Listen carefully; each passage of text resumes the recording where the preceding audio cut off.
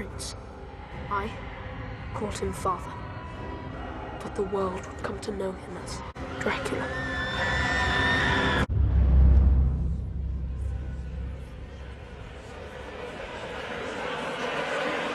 देर में तुर्की के बहुत से सोल्जर्स इसके महल पर अटैक कर देते हैं। इन सब से लड़ने के लिए विलैड अपने महल से अकेला निकलता है और इन सब से लड़ने लगता है। तुर्की के कई हजार सोल्जर्स होते हैं और इन सब से विलैड अपने हाथों से, तलवार से, नेज़े से अकेले ही लड़ रहा होता है और थोड़ी ही देर में सब सोल्जर्स को विलैड मार देता है। जब ये वापस अपने महल की तरफ आ रहा होता है तो इसके सब साथी बहुत हैरान होते हैं कि ये तुमने कैसे किया, और विलैड सिर्फ इतना ही कहता है कि इसके बारे में मुझसे कोई कुछ ना पूछे। अब तक विलैड के वैम्पायर होने का सीक्रेट किसी को भी नहीं पता था और कुछ वक्त के बाद तुर्की के बादशाह महमद के पास ये मैसेज पहुंच जाता है कि ट्रांसिल्वेनिया यानी कि विलैड के मुल्क ने हमारे हजारों सोल्जर्स को मार डाला है। लेकिन महमद कहता है मुझे इससे फर्क नहीं पड़ता, मजीद लाख लोगों की फौज तैयार करो और उन पर हमला कर दो और उनको जड़ से उखेड़ दो। ये सब अभी प्लान कर ही रहे होते हैं कि हम विलैड के मुल्क पर हमला करें, लेकिन विलैड तुर्की के मरे हुए सोल्जर्स इनकी तरफ भेज देता है। महमद जब अपने मरे हुए सोल्जर्स को देखता है तो और भी ज्यादा गुस्से में आ जाता है और वो ऑर्डर देता है कि फौरन से फौरन ट्रांसिल्वेनिया की तरफ मार्च किया जाए, यानी उनकी तरफ बढ़ा जाए। जबकि दूसरी तरफ विलैड की वाइफ को उसका राज पता चल जाता है। वो उसको रिलैक्स करने को कहता है और वो कहता है कि मैं इस कर्ज से आजाद हो सकता हूँ, सिर्फ मुझे 2 दिन और वेट करना है और मुझे किसी इंसान का खून नहीं पीना। और सबको सेफ रखने के लिए वो अपनी वाइफ और अपने तमाम साथियों को कहता है कि तुम महल से दूर वाले चर्च में चले जाओ। वो ऐसा इसलिए करता है कि ताकि सब सेफ रह सके, दुश्मनों से भी और विलैड से भी। वो उनको ये भी कहता है कि तुम सब लोग चलो, मैं रात को वहीं पर तुम्हें ज्वाइन कर लूंगा। वो इनके साथ